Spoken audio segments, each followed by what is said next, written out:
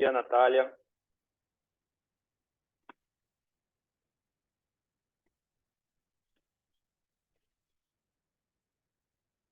Oi, bom dia. Consegue me ouvir bem? Agora sim. Você me escuta? Sim, seja bem-vinda. Obrigada. Cheguei um pouco mais cedo, né? A sessão abre, a sala abre às 8h20 e é liberada também para gente que faz a moderação e líder de sessão também nesse horário. Ah, A entendi. gente fica preocupado para entrar logo porque costuma dar essas tecnologias costumam ocorrer problema. É melhor Sim. garantir. Eu pensei a mesma coisa, por isso que eu já entrei. Se tiver algum problema, ainda dá pra arrumar. Exato, dá para tentar celular, Sim. isso aí.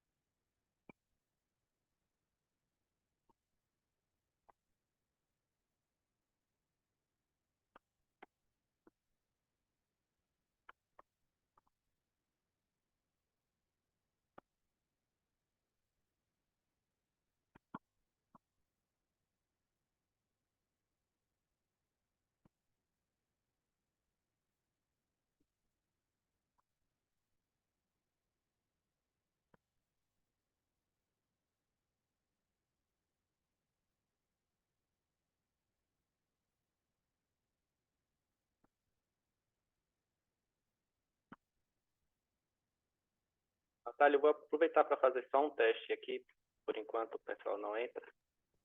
Tá bom. Só tentar compartilhar aqui um vídeo.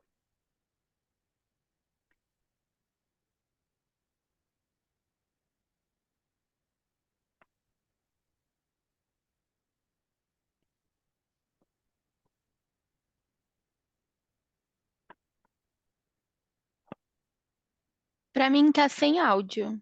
Eu não sei se pra você também. Aqui tá o áudio, tá ok. Deixa eu ver. Então.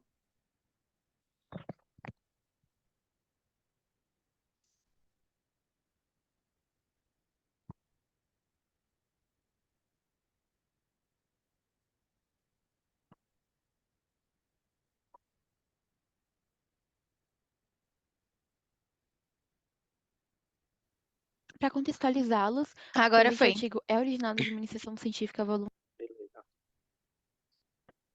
É a minha primeira sessão como líder de sessão. Aí Tem que fico. testar, né? Eu vou testar, porque ver se não dá problema na hora. Mas tá funcionando. Eu sempre compartilho de um jeito que também não dá pra escutar o áudio, aí tem que ajustar depois, Tem que mas ajustar, né? É a primeira vez.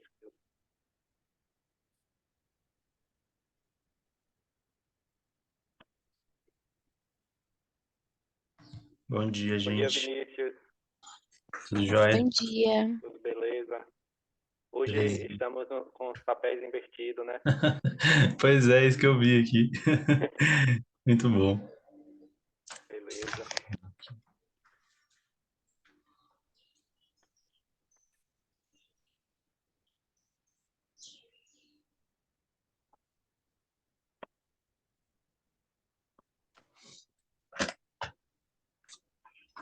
Bom dia, Rafaela.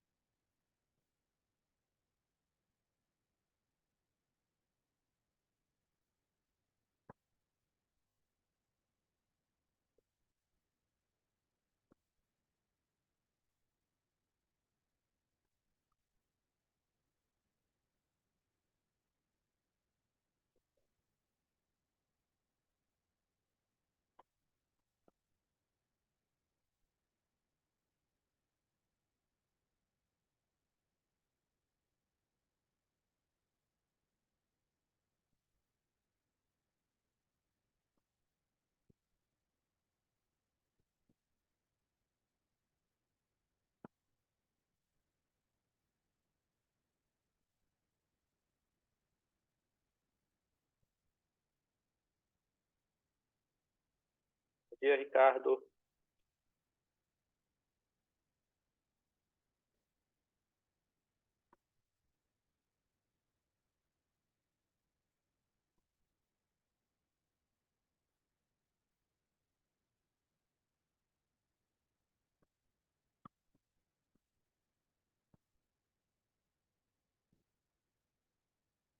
Tudo bem, Ricardo. Ricardo, você também vai apresentar trabalho nessa sessão ou é ouvinte?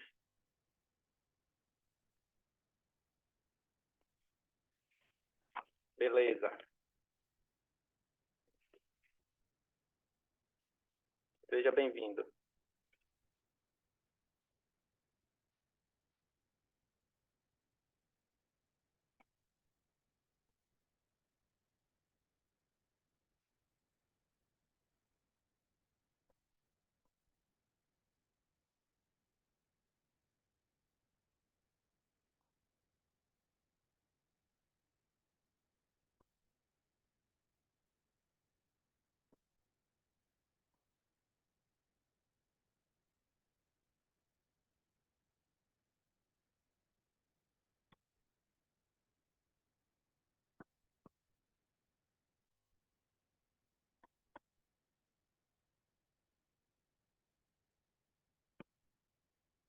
Está se aproximando do nosso horário de início, que é às 8h30, mas o nosso moderador até agora não entrou na sessão. Vamos aguardar mais um pouquinho. Caso ele não entre, aí a gente inicia os trabalhos. Falta também um apresentador o apresentador de um trabalho, o segundo trabalho, Camila e a Maria. Vamos dar só mais um tempinho para a gente ver se eles entram.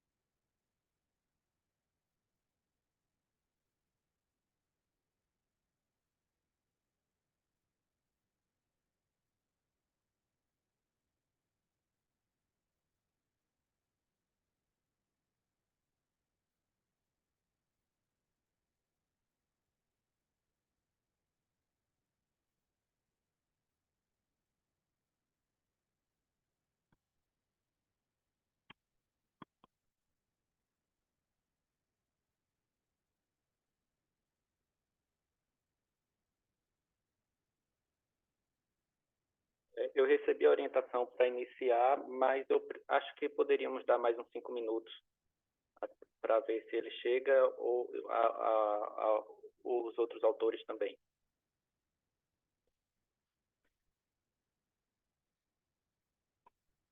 Sim, sim, Rafael, essa cela é a 7.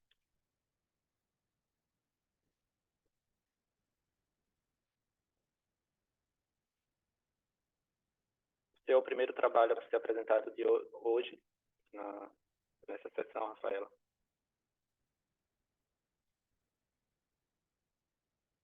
Isso.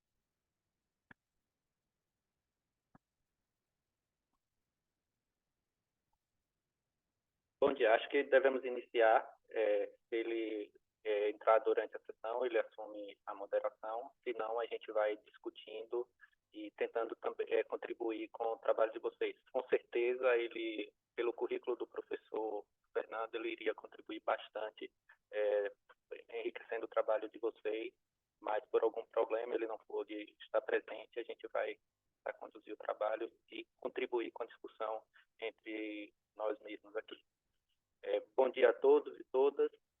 Eu sou Rodrigo Mascarenhas Amorim, sou líder de sessão, mas quando o moderador ele não aparece na sessão, a gente assume esse trabalho e vamos tentar conduzir aí também com a ajuda de vocês. O primeiro trabalho de hoje é a avaliação dos egressos nos programas de pós-graduação da Universidade Federal de Santa Maria, de autoria de Rafaela e de Estela. Eu já vou tentar compartilhar. Logo de início, eu peço desculpa a vocês se ocorrer qualquer falha e a compreensão que a gente vai tentando resolver, e o Vinícius aí, que também já é líder de sessão, pode estar nos ajudando durante o trabalho. Fique bem à vontade para sugerir, caso alguém queira alterar a ordem de apresentação, e quem tiver na vez quiser ceder, também tranquilo, podem sugerir. A dinâmica, a gente roda o vídeo e depois desse vídeo a gente discute por 8 minutos, passa ao vídeo seguinte e no final, se todos os trabalhos forem apresentados, sobraria 20 minutos para a gente voltar a discutir.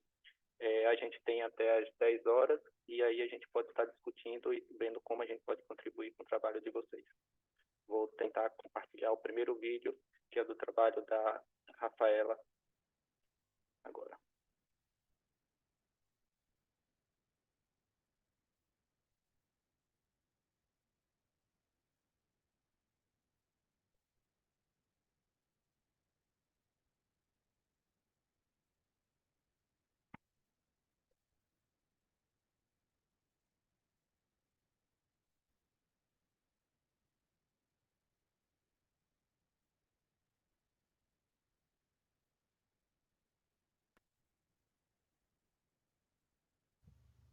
Olá, me chamo Rafaela Butzki Geloche, sou mestre em Administração pela Universidade Federal de Santa Maria.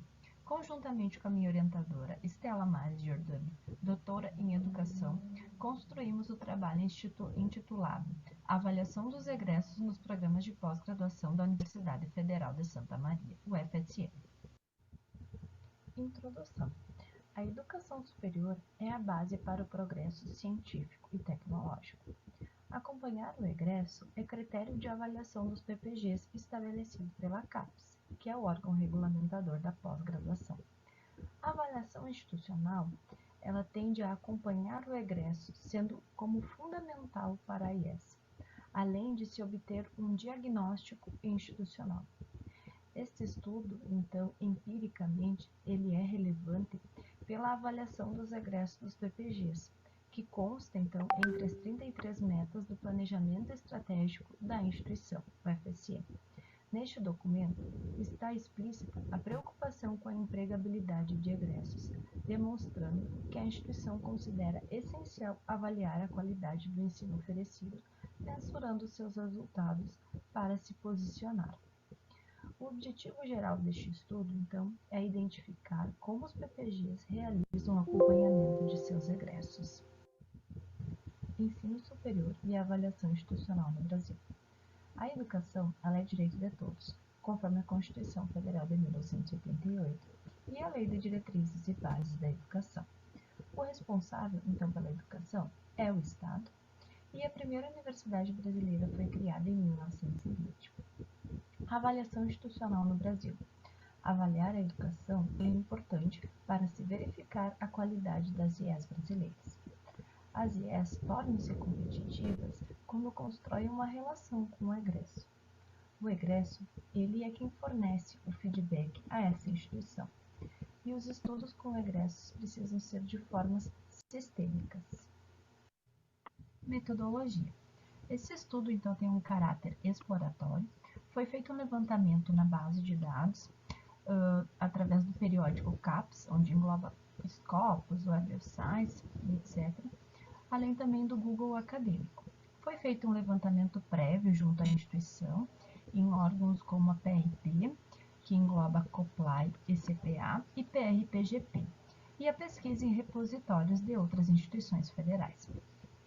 Esse estudo também é um estudo de caso, que é um estudo da pós-graduação da UFSM, com o intuito, então, de identificar como os PPGs realizam o acompanhamento de seus egressos. Esse estudo tem uma abordagem qualitativa. As coletas dos dados ocorreram através de questionários enviados aos representantes dos PPGs da instituição. A técnica de análise de dados utilizada foi a análise de conteúdo segundo o Bardan 2011. E também foram respeitados todos os aspectos éticos e legais para este estudo.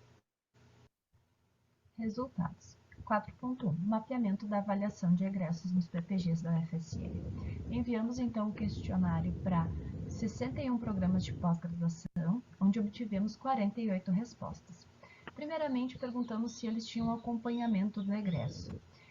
41 PPGs, fechando um total de 85,4, dizem que sim, que eles acompanham sim os seus egressos. Também questionamos qual a periodicidade de acompanhar esse egresso. 35 PPGs dizem que acompanham de forma anual, isso um total de 72,9%. assim como também questionamos quais as metodologias utilizadas por esses programas. 22 dizem que utilizam questionário online, 11 documentos ou banco de dados, 3 contato direto por e-mail e 2 informações através do currículo Lattes. Além de outras metodologias que foram citadas, pelos PPGs, que utilizam, por exemplo, o local de atuação como metodologia, ou se esse egresso continua estudando.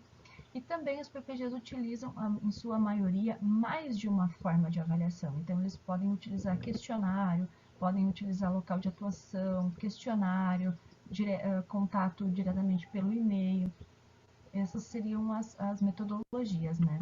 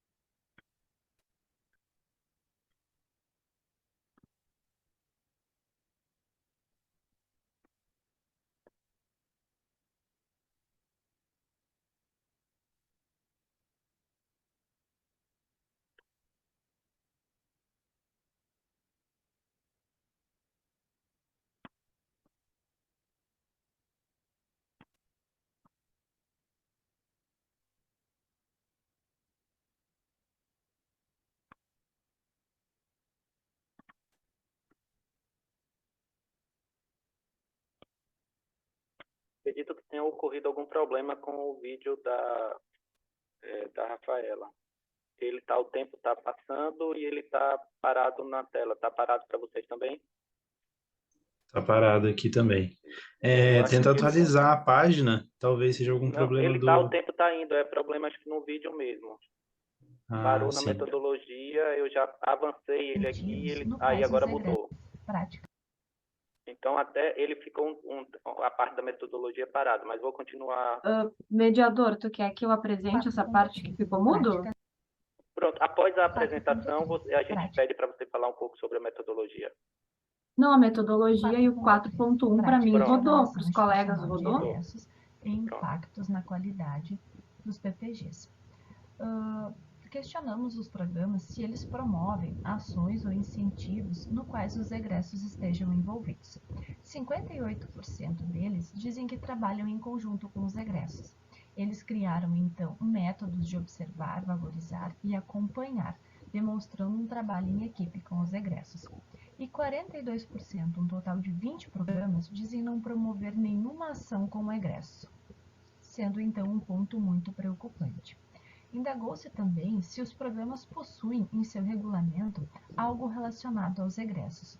40 PPGs dizem que não tem nada em seus regulamentos, subentendendo então que eles seguem as diretrizes da CAPES. E 100% dos programas estão então no aguardo das políticas institucionais de acompanhamento dos egressos. Conclusão. Alguns programas possuem insuficiência de ferramentas e estratégias sistemáticas indispensáveis para o acompanhamento. 83% dos PPGs assumem que não possuem no regulamento políticas relacionadas aos egressos. 42,5% dos programas assumem não promover ações com os egressos.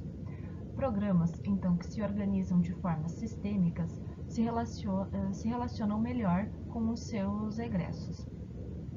E avaliar o egresso foi forçado pela CAPES através das mudanças que ocorreram nas fichas de avaliação. E para finalizar, aqui temos a lista de referências utilizadas neste estudo. Obrigada.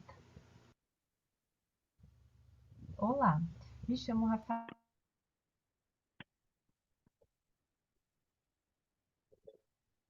Rafaela, se você quiser, a parte que parou lá da metodologia, você pode falar e depois a gente retoma a discussão sobre o seu trabalho, abrindo a palavra para os colegas. Tá. Eu posso compartilhar a tela, será? Tente aí, por favor.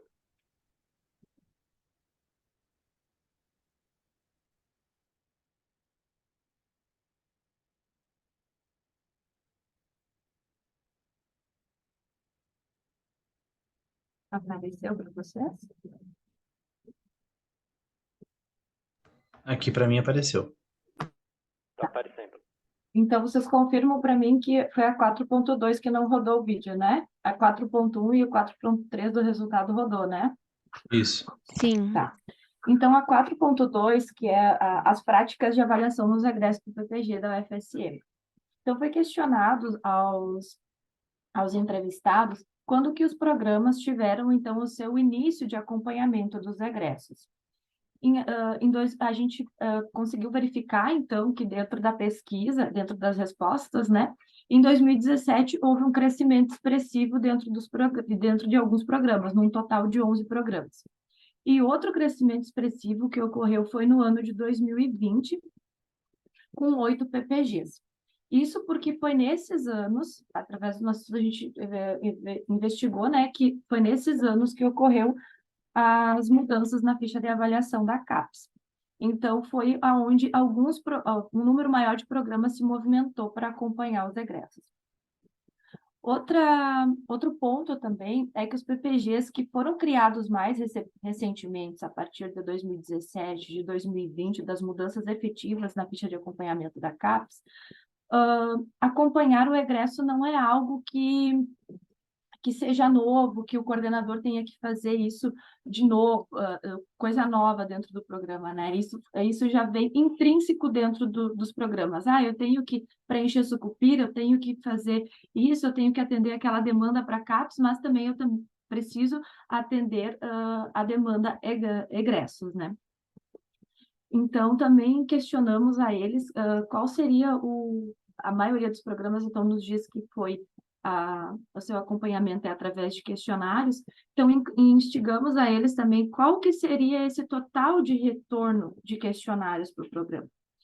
Então, programas que atingem de 50% a 100% de retorno são 43,7%. Então, nem metade dos programas obtém de 50% a 100% de retorno de seus egressos. Isso é um índice muito preocupante, né? E os PPGs também relatam que não há formas sistêmicas, né, e formas práticas de se relacionar com o egresso. Então, dentro da universidade, a gente vê vários PPGs de áreas diferentes e cada um agindo de uma forma, e esse é um dos trabalhos que precisam ser realizados para que se tenha uma avaliação institucional, né? Que os programas estejam todos alinhados, claro, com as suas especificidades, né? Mas estejam todos alinhados com um básico para se acompanhar o egresso, porque muitos programas pequenos às vezes ficam perdidos, né? Não sabem como que vão fazer isso. E também questionamos a eles quem seriam esses responsáveis, né? Quem são os responsáveis pelo programa, por acompanhar os egressos?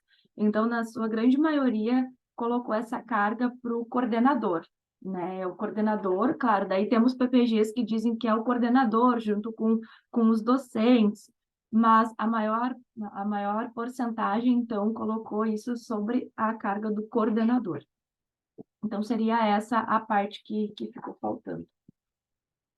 Obrigado, Obrigada. Rafaela. Agora temos 8 minutos para comentar e contribuir com o trabalho da Rafaela. Eu abro para os demais autores que queiram contribuir, falar. Primeiro, eu parabenizo a Rafaela pela apresentação. E depois eu falo alguma coisa. Posso? Sim, Vinícius. O áudio, Vinícius. Apertei aqui, não foi. Mas parabéns, Rafaela, pelo trabalho, pela apresentação. Acho seu trabalho muito interessante. E justamente porque aqui no meu PPG, né, eu sou do Programa de Pós-Graduação em Gestão Pública e Sociedade da Unifal, Universidade Federal de Alfenas. E eu vejo que tem uma dificuldade muito grande do próprio programa de realizar esse acompanhamento dos egressos. Eles encaram isso, tanto o pessoal da secretaria da PRPPG, quanto os próprios membros, né, do corpo docente, eles encaram isso como um problema, e está sempre vago a comissão de acompanhamento de egresso aqui, né? As vagas, principalmente para representante discente, nunca são completadas por conta desse problema. Então, o teu trabalho ele é bom nesse sentido de ter talvez ali os exemplos, né, de como podem ser feitos esses acompanhamentos, né, seja através de e-mail, seja por uma ficha, né, própria do programa, enfim, que contribua, né, e que possa, assim, viabilizar mais esse acompanhamento. Uma pergunta que eu queria te fazer, eu não sei, assim, se está muito descrito no seu trabalho, porque eu não cheguei a ler, infelizmente, mas na sua apresentação você fala que você chegou a entrevistar 61 programas, certo? Assim, o total de PPGs dentro da universidade era 61. Ah, Mas sim. eu acredito, Rafaela, acredito que se eu não tivesse tido todo o apoio institucional que eu tive, PRPGP, COPLA e CPA, eu não teria conseguido atingir os 48 programas que eu atingi.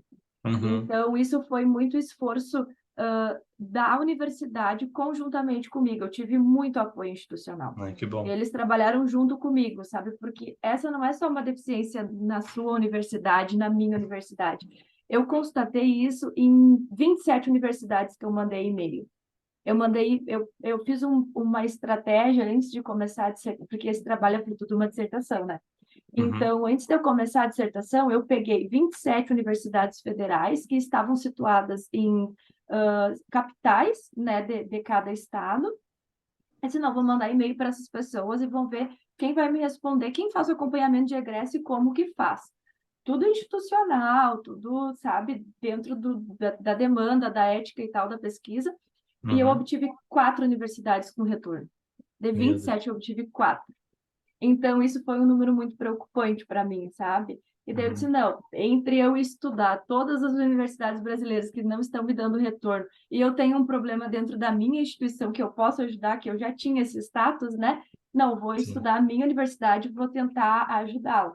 Então, o Uhum. fruto do trabalho, né, foi um diagnóstico para a universidade, e foi, sim, como se criar uma política institucional. E a partir desse meu movimento foi que a universidade também começou a se movimentar e através disso está sendo criada várias diretrizes, cartilhas e tudo, sabe, para ajudar o PPG. Então, eu ainda, apesar de ter terminado a dissertação, estar com o diploma de mestrado, tudo, mas é um esforço que eu ainda sigo com a universidade, sabe? Ainda a gente segue trabalhando em outros questionários, frutos de outros trabalhos que vão vir, sabe? Então, isso foi bem gratificante para mim, sabe? Não sei se responde Não, a tua sim. pergunta, respondi, né? Não, sim. É porque eu só fiquei na dúvida quanto a esse número mesmo que você falou ali. E aí eu queria saber o recorte, né? O que você usou de critério e tal, mas você já falou que foram as da universidade. Não, certinho. Obrigado, viu? Parabéns. Obrigado, Vinícius. Obrigada. Obrigado, Rafaela. A gente tem pouco tempo agora para discussão. No final, se sobrar, a gente volta à discussão. Entretanto, eu queria fazer só 2 comentários que talvez possa contribuir para o seu trabalho. Se você pretende discutir no trabalho futuro a questão de números e qualidade dos trabalhos, do acompanhamento dos egressos. A gente vê uma pressão grande da CAPES de alguns programas por números, mas muitas vezes sem ter cuidado com a questão da qualidade. E como o seu trabalho pode contribuir para trabalhos futuros em outras instituições. Sim. Quanto à qualidade do acompanhamento, assim, dos egressos que estão saindo, não foi nesse intuito, assim, de saber a qualidade do egresso que está saindo da universidade. O intuito do trabalho foi ajudar a instituição a ter um diagnóstico dos programas de pós-graduação que poderiam agregar também no futuro para a graduação, para o nível técnico que tem dentro da universidade, né? Então, esse seria o primeiro esforço da universidade. E eu tenho um outro trabalho conjuntamente com eles, qual que é a ideia da instituição? Se criar um portal institucional, que as pessoas tenham, que os egressos tenham benefícios ali dentro, sabe? Que mantenham esse vínculo com a universidade, que é o que a CAPES está exigindo e que basicamente nenhuma universidade tem, né, com seus egressos, tirando a USP, né, que tem um trabalho muito bonito com seus egressos. E então foi mais nesse sentido, assim, sabe, de colaborar, de se criar esse passo a passo de como que o programa grande e o programa pequenininho tenham o mesmo jeito de trabalhar, claro, como eu falei antes, com as suas especificidades, né? Porque cada área tem as suas demandas diferentes ali quando se fala em avaliação institucional. E eu acredito sim que o meu trabalho venha a agregar a muitos outros trabalhos, porque eu tive assim muita dificuldade da literatura, eu tive muita dificuldade de se achar, sabe? Na verdade, dentro do Brasil, eu não achei nenhum trabalho que trabalhasse a avaliação institucional como um todo em vários programas. Eu achei avaliação institucional dentro do programa de pós-graduação da administração, avaliação institucional dentro do programa de ciências contábeis, dentro do programa de agronomia, dentro do programa de não sei o quê, mas nada que englobasse todos os programas, sabe? Então, nesse sentido, eu acho que a gente vai contribuir para vários outros trabalhos para frente, sabe? Obrigado, Rafaela. Obrigada. Vou passar para o trabalho seguinte, o trabalho da Camila e da Maria. Vou compartilhar a tela. Só um segundo.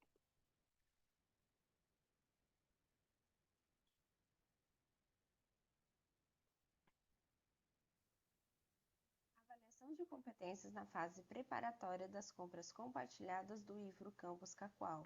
Esse trabalho está na área temática de Administração Pública, Gestão Organizacional, das autoras Camila Bueno Guimarães, mestranda da Universidade Federal Rural do Rio de Janeiro, e a doutora Maria Cristina Drummond Castro, da Universidade Federal Rural do Rio de Janeiro. A nova Lei de Licitações e Contratos, número 14.133 de 2021, traz como inovações o princípio do planejamento, que é considerado essencial e indispensável. Traz também a fase preparatória da licitação como uma base do processo licitatório e a promoção da gestão por competência nas funções essenciais da execução da lei. O Instituto Federal de Rondônia utiliza as compras compartilhadas entre os campi para a aquisição de bens e serviços comuns às unidades. O Campus Cacoal executa 6 dessas licitações. O problema da pesquisa é as competências não estão avaliadas no IFRO Campus Cacoal. Diante disso, procura-se responder a seguinte questão: quais são as competências requeridas para os agentes públicos atuarem na fase de planejamento das compras compartilhadas do IFRO Campus Cacoal, tendo como objetivo avaliar as competências disponíveis no IFRO Campus Cacoal mediante o mapeamento de competências em vista dos requisitos definidos no artigo 7º da Lei nº 14.133 de 2021. A fundamentação teórica está baseada em diagnósticos de competências, mediante a tríade conhecimentos, saber o que e por que fazer, habilidades, saber como fazer e atitudes, querer fazer. Em licitações, as competências mediante a identificação das potencialidades para a correta designação dos agentes e também ela prevê a experiência na área mediante atuação na Lei 8.666 de 93, formação compatível com a área de licitação e qualificação atestada por escola de governo. A metodologia desse trabalho. Esse trabalho é uma pesquisa derivada da dissertação de mestrado apresentada à Universidade Federal Rural do Rio de Janeiro, com parceria e apoio do Instituto Federal de Educação, Ciência e Tecnologia de Rondônia. É um estudo de caso qualitativo aplicado com objetivos exploratórios e descritivos. Utilizou de procedimentos de pesquisas bibliográfica, documental e de campo. O estudo está delimitado ao IFRO Campus Cacoal, observando as compras compartilhadas no período de 2016 a 2022. Os sujeitos da pesquisa foram definidos por amostragem intencional. Foram definidos que seriam entrevistados os gestores de nível tático do IFRO Campus Cacoal. Os gestores são 6 desse nível, porém participaram apenas 3.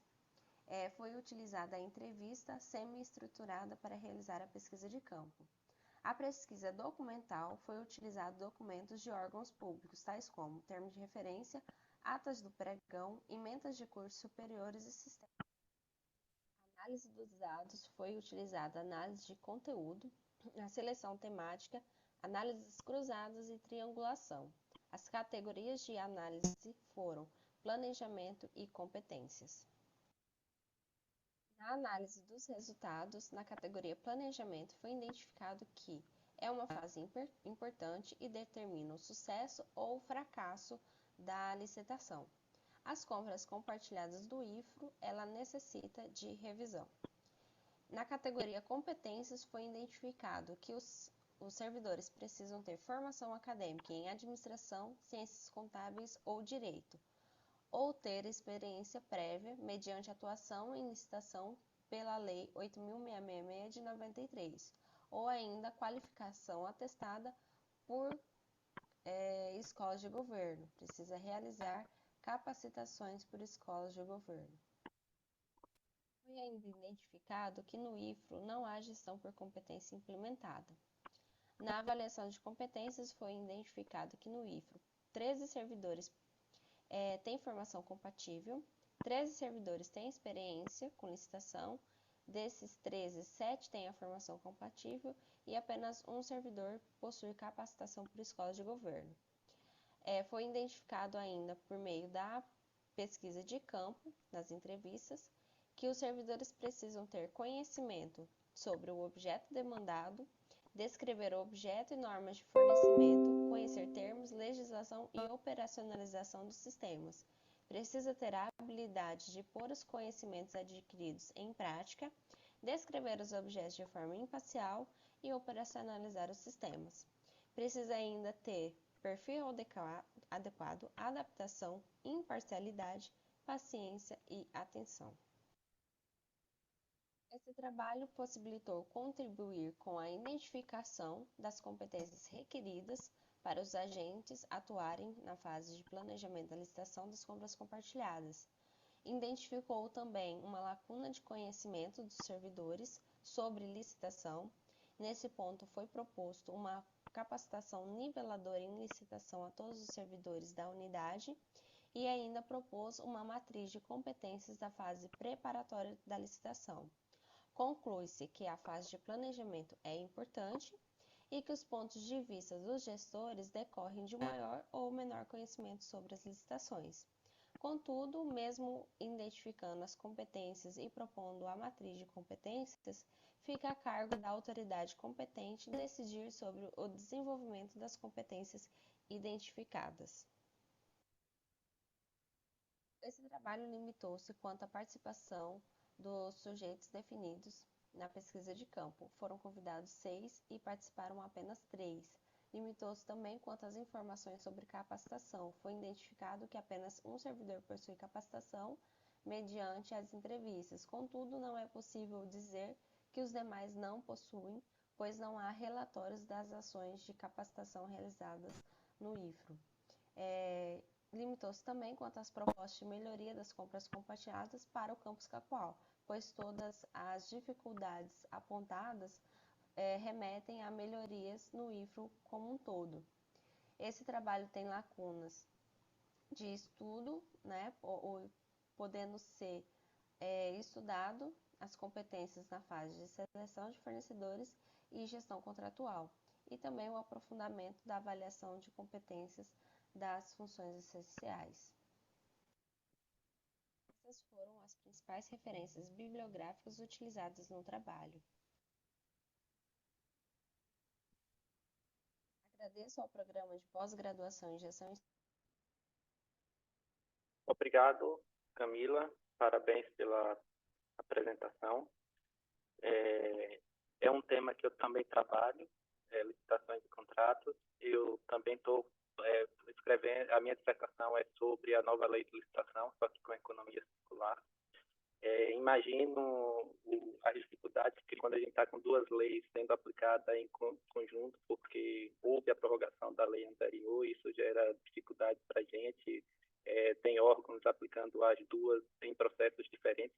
Claro que não pode ser aplicada as duas leis no mesmo processo.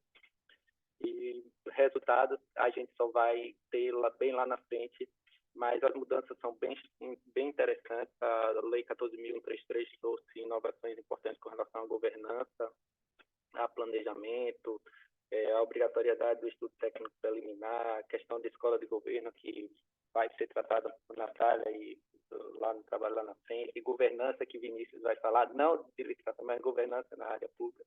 E são inovações que têm trazido muita novidade para a administração pública. Entenda a dificuldade de municípios pequenos, câmaras municipais, de vereadores que sequer têm pessoal e sequer tem pessoal qualificado para poder assumir essas funções. A lei traz algumas exigências que alguns entes não têm sequer condição de assumir, como a questão da segregação de função. Hoje seria necessário 4, 14, 15 pessoas diferentes num processo licitatório. Tem Câmara Municipal que não tem 3, 4 funcionários, ou seja, você não tem nem como atender uma dificuldade dessa. A instituição que você fez o trabalho, a instituição grande, talvez tenha pessoal suficiente, entretanto, ainda deve ter problema de questão de qualificação, de capacitação. A lei, inclusive, traz essa questão da necessidade de capacitação por escola de governo dos agentes que estejam num processo licitatório. Então, assim, parabéns pelo trabalho. Abro para os demais colegas que queiram contribuir contigo e mais uns 3 minutos e qualquer coisa no final, para não atrapalhar o trabalho, a gente contribui mais. Aberta a palavra.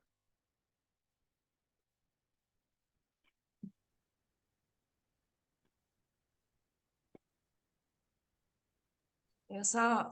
Pode falar, Vinícius. Eu só ia te dar parabéns. Tá, obrigada. Não, é só para complementar o que o Rodrigo estava falando. Na verdade, eu trouxe só uma parte, né, da minha dissertação, porque realmente a minha dissertação ela entra também em segregação de função, porque ela traz esse aspecto, né, da gestão por competências e tem as competências específicas e não todo mundo pode assumir tudo, né, dentro da licitação. Então, a minha dissertação também traz a parte da segregação de função, que não foi possível trazer para o artigo, né? Porque era um conteúdo mais extenso. Mas na dissertação a gente também aborda essa parte, né, da segregação de função. Inclusive, a gente propõe, porque a nova lei ela pede regulamentos, né? E essa parte da gestão por competências, ela exige-se que seja feito um regulamento, né, para como vai ser definido quem vai participar da licitação. Então, foi proposto uma minuta de regulamento, né, uma minuta simplificada, para que essas funções sejam dentro, né, do órgão, dentro da unidade. Na verdade, eu estudei uma unidade do órgão, para que ali dentro seja segregadas as funções da melhor forma possível, né, sem estar dando atribuições, acumulando atribuições. Por exemplo, no o pregoeiro, né, assumindo tudo dentro da licitação, que não é o indicado, não é o melhor indicado. Mas realmente tem essa situação dos órgãos pequenos, que não se sabe como que eles vão gerenciar essa questão da nova lei, que ela acaba sendo muito exigente, né, nessa questão de segregação de função, e os órgãos menores, eles vão ter uma certa dificuldade para poder executar essa parte da licitação. Só um adendo mesmo à apresentação. Obrigada. Muito obrigado. Muito obrigado. Vamos passar para o trabalho do Vinícius. Só um momento, eu vou compartilhar.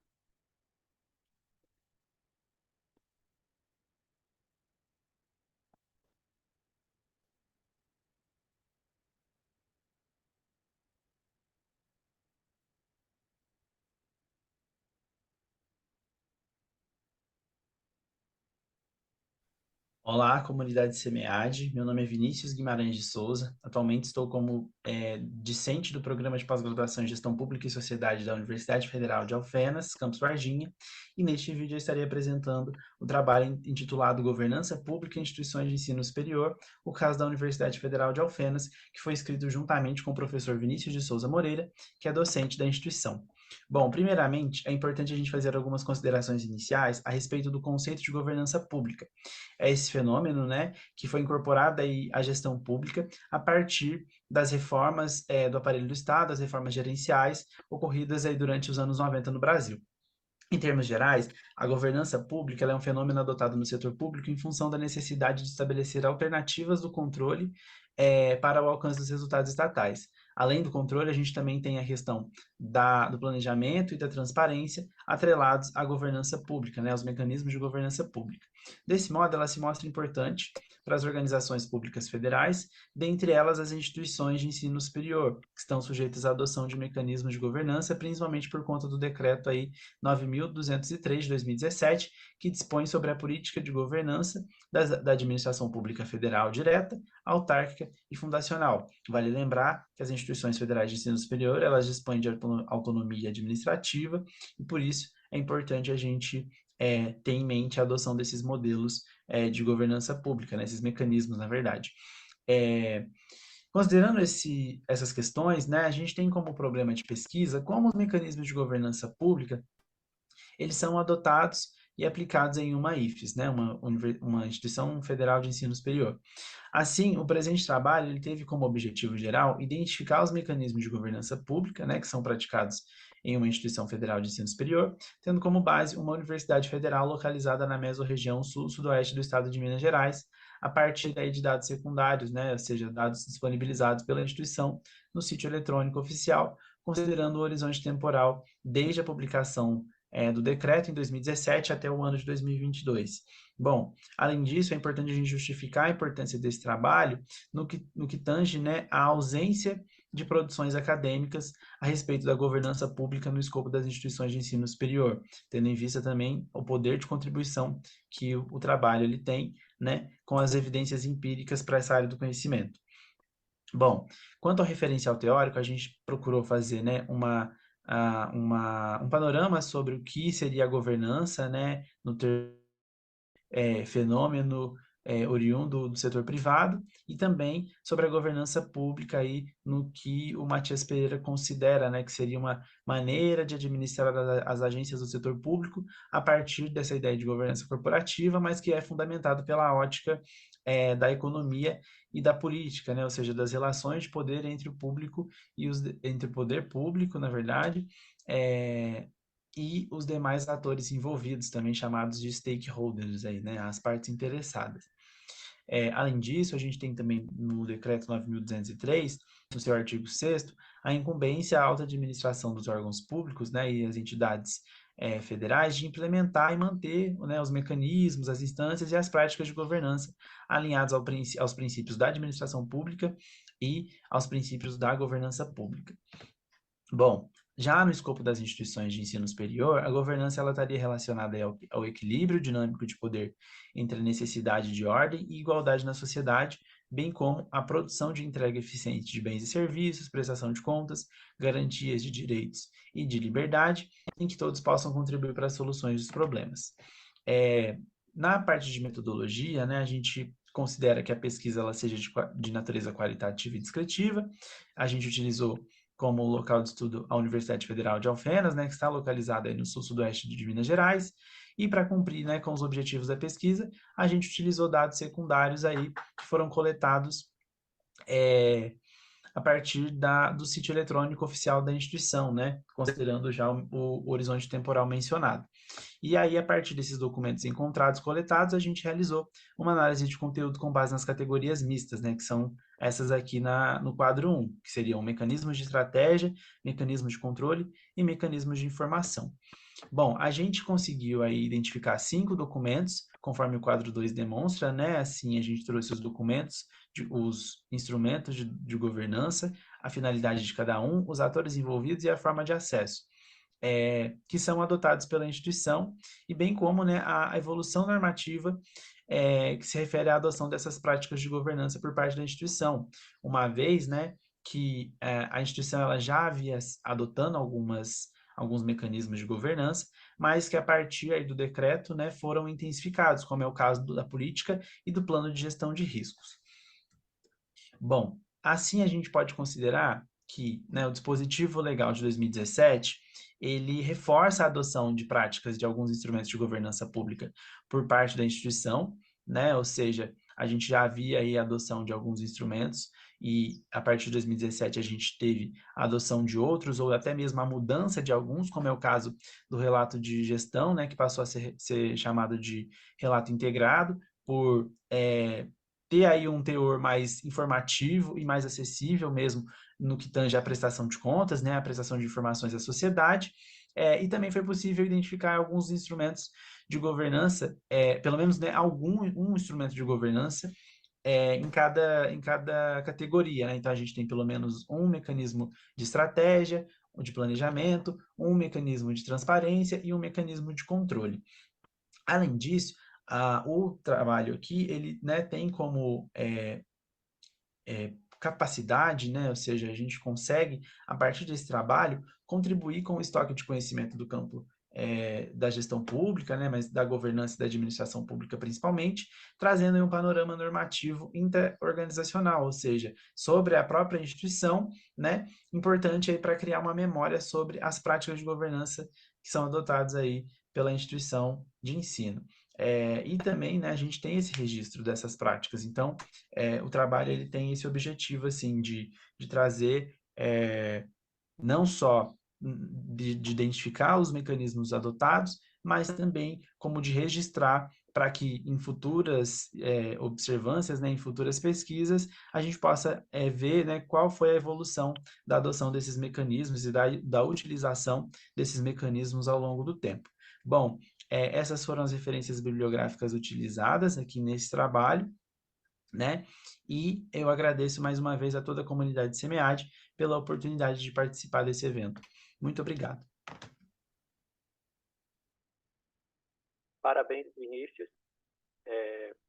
Seu trabalho está muito bom. Inclusive, eu vou utilizá-lo também como referência para mim por conta da parte de governança. Eu observei no seu trabalho que já há um avanço em relação à universidade que você utilizou como objeto de estudo em relação a que eu estou utilizando. Minha dissertação é sobre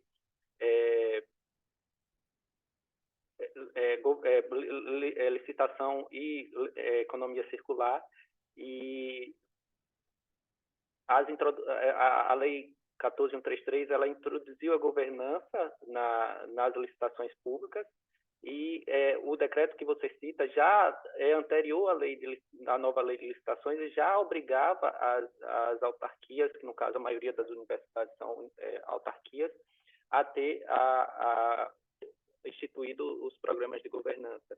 E aí agora, eu já vi que a sua já tem plano de logística sustentável, é uma recente mudança também, inclusive o regulamento da União saiu no mês passado com relação a isso, ou seja, a sua já está bem à frente, já estava com o plano de logística sustentável, coisa que outras universidades sequer os comitês se reuniram para discutir essas questões. Então, pode até servir como base para outras instituições, creio, o seu trabalho apresentado. Então, parabéns. Eu queria te perguntar com relação a essa parte de governança, o que você sentiu durante a investigação, se tinha dificuldade para alteração da política de governança, se os comitês tinham dificuldade de reunião, porque a gente sabe que tem vários comitês de governança. Como se dá isso, se você teve acesso a essas informações? Então, no último ano da graduação, né, em administração pública, eu fiz estágio na Pró-Reitoria de Planejamento, Orçamento e Desenvolvimento Institucional aqui da Unifal. E aí, a partir desse estágio, que eu construí esse trabalho de conclusão de curso, né, que esse artigo é fruto do meu TCC, porque havia um incômodo por parte minha, enquanto aluno, de desconhecer a maioria desses documentos. Por incrível que pareça, a maioria dos alunos aqui da instituição, eles não têm um conhecimento assim aprofundado do que são esses documentos e para que eles servem. E há uma contradição por conta do papel social que esses documentos têm, né? Principalmente a questão do relato integrado, que é uma prestação de contas, né, para todos os envolvidos, ou seja, não só aqueles que fazem parte da instituição, mas principalmente aqueles que utilizam da instituição, né? Ou seja, os alunos, a própria sociedade. E dentro da Pró-Reitoria, eu tive que, querendo ou não, trabalhar com alguns desses documentos. Só que, no entanto, como eu não conhecia, né, eu passei a conhecer depois que eu entrei no estágio e comecei a trabalhar com eles, eu tinha uma indagação interna de o que são esses documentos e para que eles servem. Então, foi assim que eu construí esse trabalho. A questão dos órgãos internos de governança, aqui na Unifal, pelo menos, a gente tem um comitê, né, de gestão de riscos, controles internos e governança, que ele é composto pelos pró-reitores e por um secretário, que geralmente é o gerente de desenvolvimento institucional, que faz parte da Pró-Reitoria de Planejamento, Orçamento e Desenvolvimento Institucional, e eles se reúnem, assim, esporadicamente, para tratar mais a respeito desses documentos mesmo, assim, por exemplo, a questão da política de gestão de riscos, né, e o plano de gestão de riscos fruto dessa política, eles foram adotados a partir desse decreto. A própria instituição desse comitê de governança, governança, gestão de riscos e controles internos, ela foi instituída após o decreto, né, 9.203 de 2017. Então, assim, embora a gente tenha alguns mecanismos que já eram adotados antes, como o PLS, né? Algumas práticas ainda são recentes ou estão, né, em processo de melhoria e tudo mais, mas dentro da instituição o que a gente tem é isso, assim, é esse órgão, né, que delibera ali a respeito desses documentos, dá algumas diretrizes, mas eu não sei, assim, te falar, por exemplo, como é a atuação desses pró-reitores que fazem parte do comitê dentro do comitê, se eles vão lá apenas só para cumprir e falar, ó, estou participando aqui da reunião porque é minha função, fui incumbido a fazer isso, ou se de fato eles estão preocupados com o desenvolvimento e com assim, um aprimoramento desses documentos para trazer resultado para a instituição. Então, assim, o que eu consigo te dizer a partir do trabalho é quais são os documentos envolvidos, né, os documentos adotados pela instituição, quem são esses atores que são responsáveis por eles, as normativas, os decretos que instituem esses instrumentos e, e a finalidade de cada um, né, que está lá descrito no artigo, assim.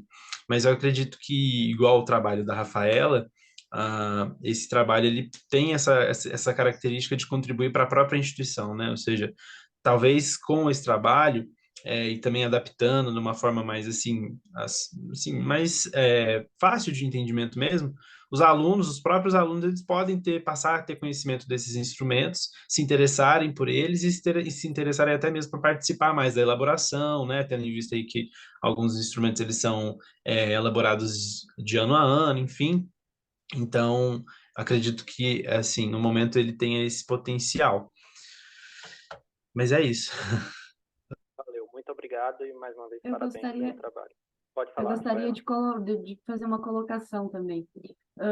Como, né, Rodrigo, Vinícius, como o Vinícius mesmo citou ali do meu trabalho, como a gente tem dentro da parte pública essa dificuldade, né, de se ter acesso aos documentos ou se fazer, eu acho que o trabalho do Vinícius vai muito ao encontro do meu, assim, que as pessoas não têm acesso à importância que isso tem, sabe? Eu acho que aí, por exemplo, a instituição, né, não tem a dimensão da importância que isso tem para os alunos, os que estão de fora daquele centro, né? E como isso é importante, por exemplo, no meu caso, os alunos saberem que o egresso, ele, quando sai da instituição, ele é uma parte muito importante que conta muito para a avaliação da instituição, que ele pode ajudar e muito a instituição, né? Então, acho que falta essa comunicação das pessoas saberem o grau de importância que elas têm, né? E isso dentro da administração pública é difícil da gente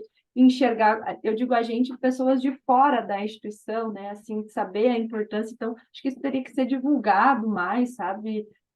Fazer chegar esse conhecimento às pessoas, né? Só seria essa a minha colocação mesmo. Obrigado. Ô, Rodrigo, a gente tem tempo para discutir ou a gente pode jogar para o final? Não, a gente joga para o final, vou Fechou. passar o vídeo da Rafaela e no final deve sobrar alguns minutos, a gente discute, faz uma discussão geral e até relacionando dos trabalhos que acho que tem tudo a ver os trabalhos. Vou compartilhar o vídeo da Natália agora.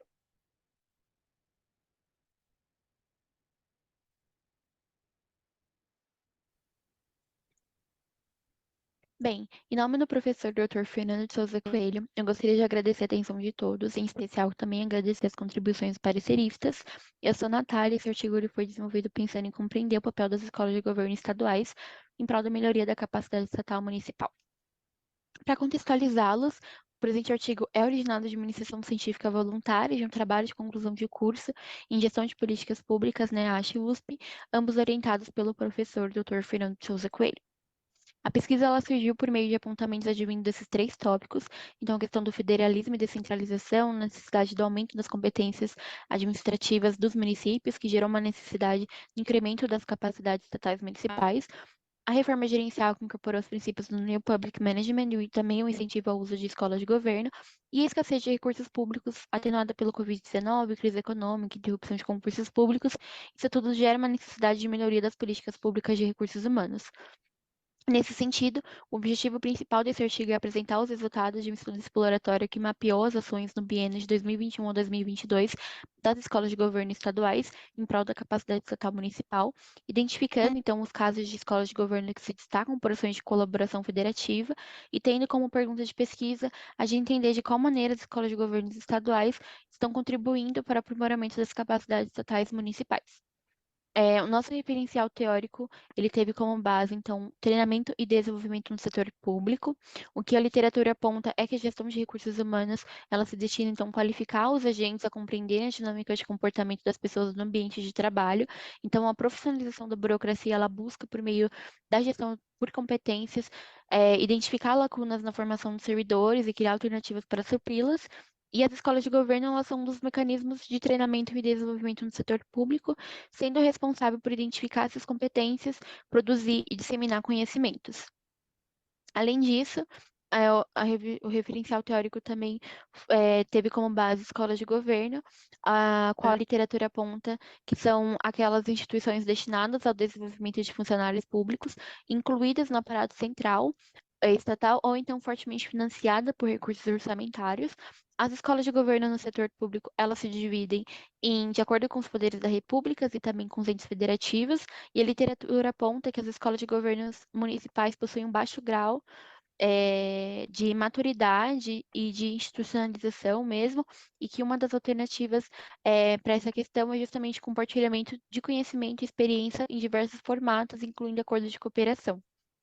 Por fim, por capacidade estatal municipal, a literatura aponta que são arranjos institucionais de implementação de políticas públicas, sendo formada por uma parte técnico-administrativa e também pela parte político-relacional, onde então os governos conseguem definir suas prioridades e implementar suas ações, no nosso caso, no âmbito municipal. Então, por exemplo, um município com uma capacidade estatal bem estruturada, ele consegue estabelecer a construção de políticas públicas locais, como, por exemplo, a elaboração de planos e programas de governo com densidade estratégica. Então, apesar desses fatores políticos importarem, o nosso recorte é justamente nessa lente técnico-administrativa do conceito, ligado, então, à qualificação da burocracia e estruturação organizacional nos municípios. Pensando nisso, a metodologia ela se deu em 3 etapas. A primeira é o referencial teórico, depois a definição de instrumentos do instrumento de coleta de dados, que teve como base o estudo do ENAP, ao qual mapeava as escolas de governo pertencentes ao sistema de escolas de governo da União, por meio de 3 dimensões. A dimensão política e institucional, composta por instrumentos de criação, anos de fundação, formas de organização. A parte estratégica, onde eles analisavam, então, a essência de missão, objetivos institucionais, ações de cooperação. E a parte educacional, que, para além do mapeamento das ações e também do portfólio, nós incorporamos a questão das ações em prol dos municípios. Nesse sentido, né, por fim, a nossa metodologia, ela também levava em consideração a coleta, organização e análise de dados. Aqui temos algumas adaptações à metodologia. A principal foi a incorporação da dimensão educacional das práticas de incentivo à capacidade estatal municipal, e algumas limitações do estudo se baseiam basicamente na dificuldade no acesso à informação.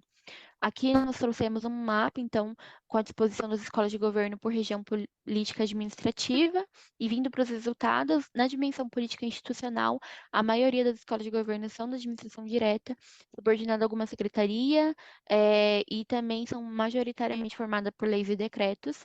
O número de escolas de governo com recursos humanos próprios supera o número de escolas de governo com recursos orçamentários próprios. Na dimensão estratégica, a maioria das escolas de governo atuam por meio de capacitações pontuais, no tocante planejamento estratégico, política educacional, os mesmos aparentam não ser tão disseminados assim entre as escolas de governo, nós só encontramos essas 8. E vindo para a parte educacional, nós temos destaque em 3 escolas de governo. A Escola de Governo do Maranhão, que apresenta cursos de capacitação em área de gestão pública, e o Programa de Assistência Técnica aos Municípios, que é o Pró-Municípios, onde eles buscam assessorar, promover suporte também técnico aos municípios, com ações de ensino e formação dos funcionários públicos.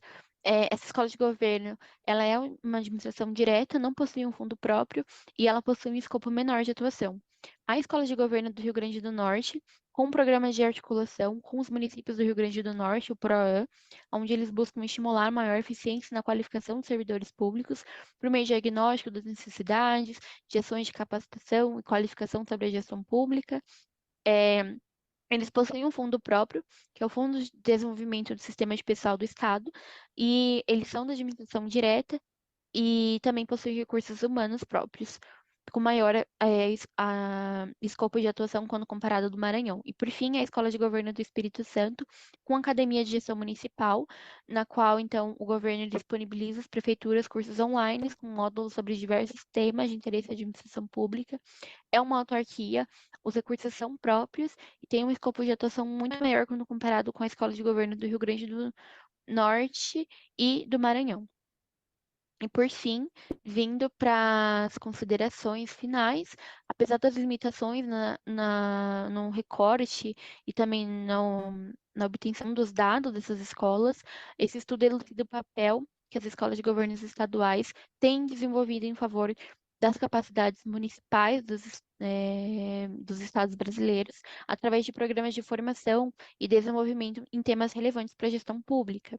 Além disso, esse estudo possibilitou uma nova hipótese, que é justamente investigar a forma de organização e financiamento dessas escolas de governo e como elas interferem então, na elaboração de instrumentos de planejamento dessa organização, para basicamente entender de qual maneira esse fator impacta no aprimoramento das capacidades estatais municipais. Então, justamente entender se a própria capacidade estatal e os arranjos institucionais das escolas de governo resultam e impactam no desenvolvimento de programas mais abrangentes, eficientes, com maior escala também.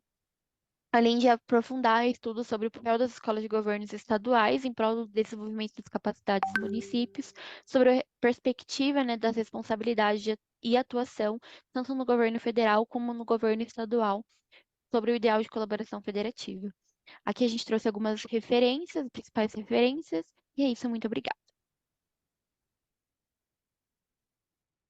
Nós que agradecemos, trabalho excelente, parabéns.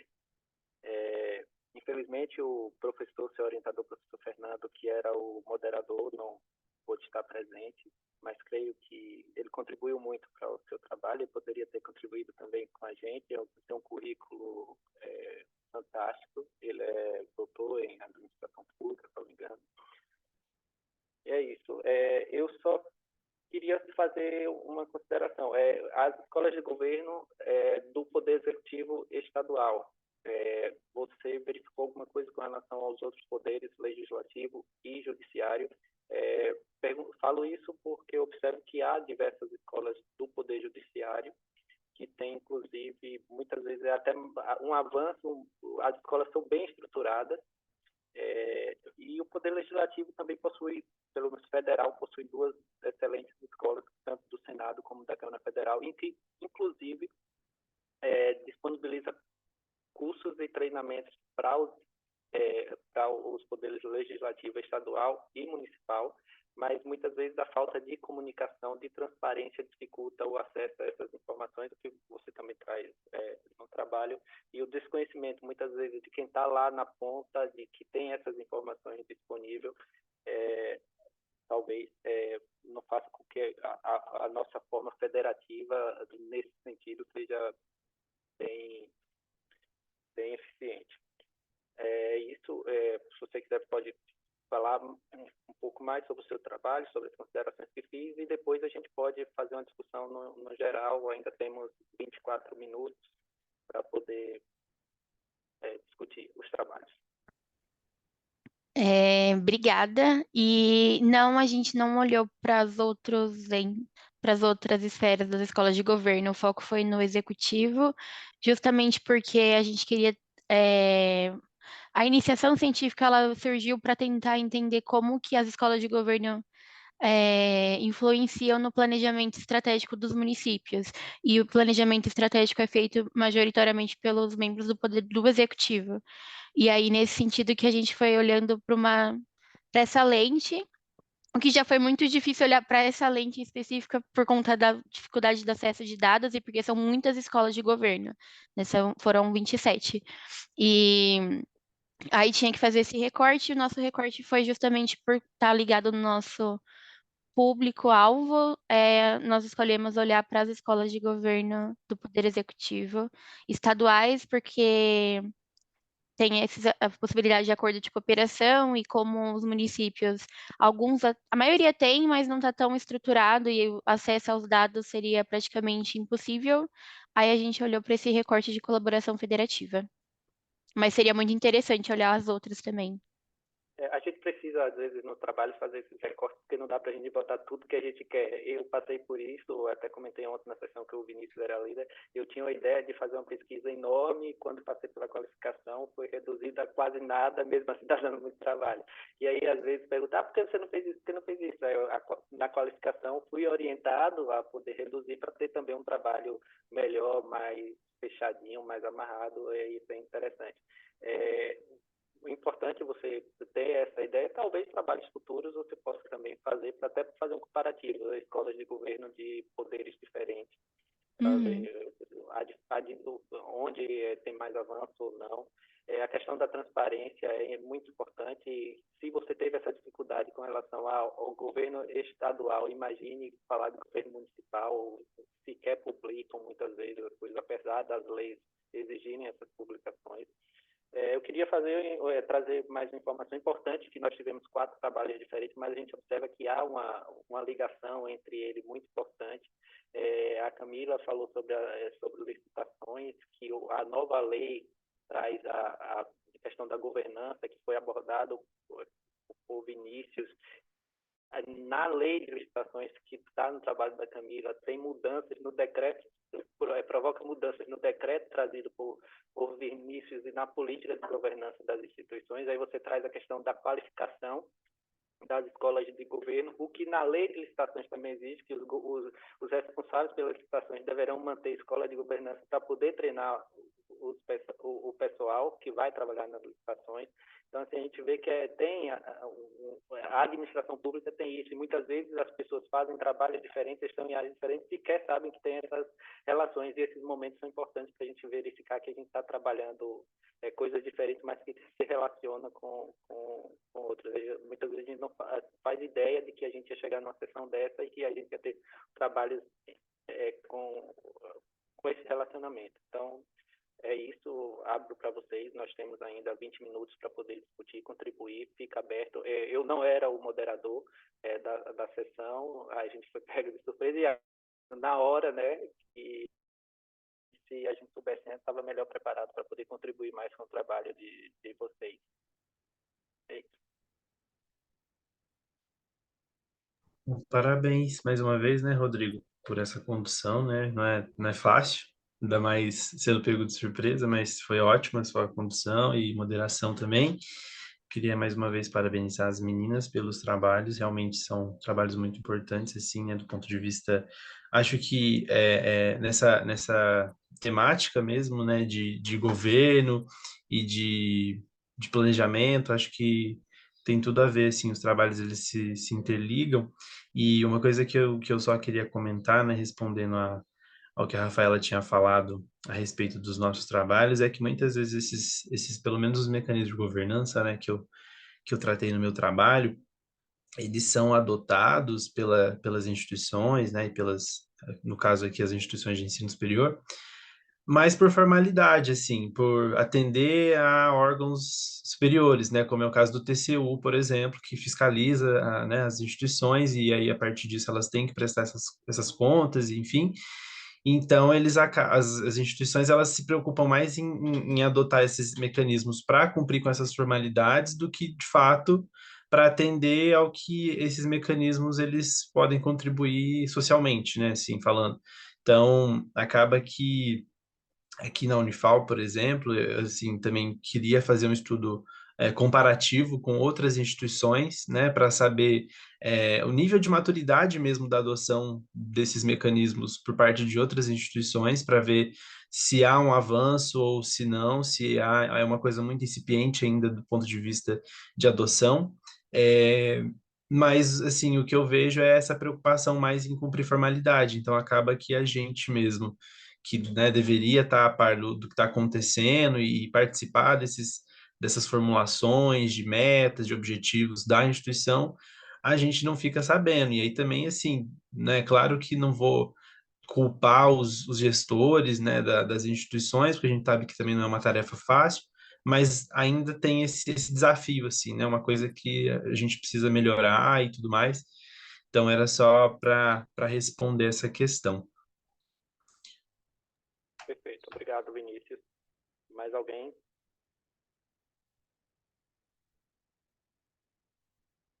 Da minha parte, só agradecer pelo espaço, pelas discussões, pela condução. Parabéns a todos, ótimos trabalhos. Foi muito boa. Da minha parte também, enquanto eu estava lendo os artigos de vocês, me deu várias ideias para acrescentar no meu trabalho também e abrir o horizonte assim de novas perspectivas.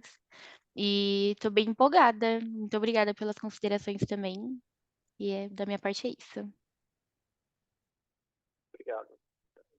Quero também agradecer, né, o espaço e falar, né, para a Natália que eu não me aprofundei muito em escolas de governo, né, porque senão, e nem em governança, no caso do Vinícius, porque senão minha dissertação ia ficar monstra.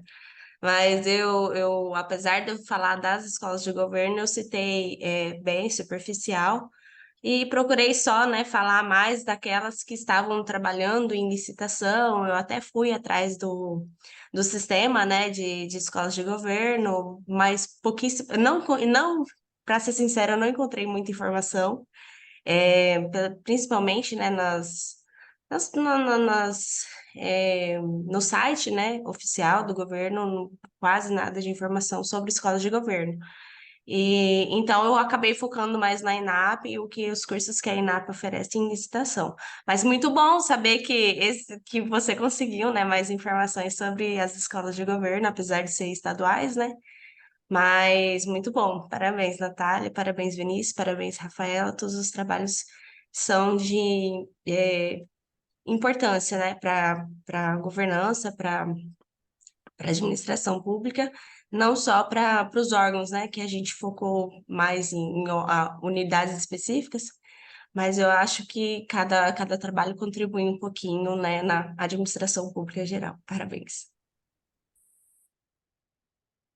Obrigado. Eu só aguardo um instantinho que eu vou compartilhar um link de avaliação da sessão e pedir para que vocês façam a avaliação.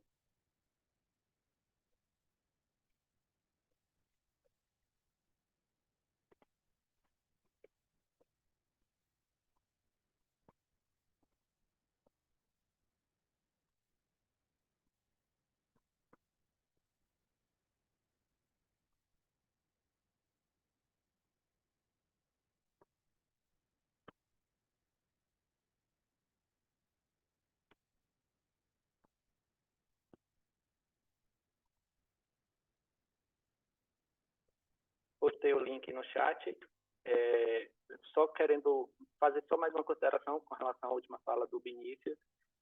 Infelizmente, é uma visão que muitos gestores ainda têm de que cumprir, criar comitês, criar normas, dizer que publica, ser transparente sem ser transparente, só para cumprir normas. Muitas vezes os órgãos fiscalizadores só olham se foi publicado, mas não veem o que foi publicado, só olha que o comitê foi criado, mas não olha se o comitê está atuando, se o que a lei exige está sendo cumprido. Mas acho que faz parte também da gente, como controle social, começar a participar mais, começar a cobrar mais.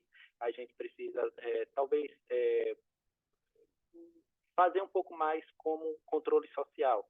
Hoje eu trabalho no Poder Legislativo, que é um órgão também de controle do Poder Executivo, e verifico que muitas vezes muitas coisas é só para constar e realmente não há a efetiva cobrança. Muitas vezes publica, a informação está disponível e o cidadão não procura, também tem isso.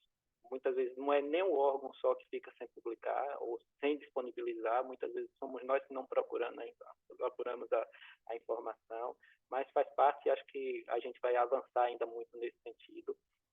E eu acho que a gente como controle social, também fazer um pouco mais para poder cobrar que esses órgãos venham cumprir os regulamentos, as normas que são instituídas, porque tem muita norma boa. A lei de licitações é fantástica, ela é maravilhosa, a parte de governança que está sendo implantada no setor público, não sei quando iremos escolher esses frutos, mas é algo muito interessante. É isso. Então, se ninguém mais quiser falar, pode falar, Vinícius. Falar muito bom. Tá ligado? Aí, foi. Tá. Muito bom, Rodrigo. Obrigado, viu? Valeu. Então, todos, por favor, façam a avaliação da sessão e vamos encerrar. Muitíssimo obrigado. Desculpa a condição, a forma como foi. É a primeira vez como líder de sessão e logo como moderador. Então, valeu. Tchau, pessoal. Bom dia. Tchau, tchau. Tchau, muito obrigada.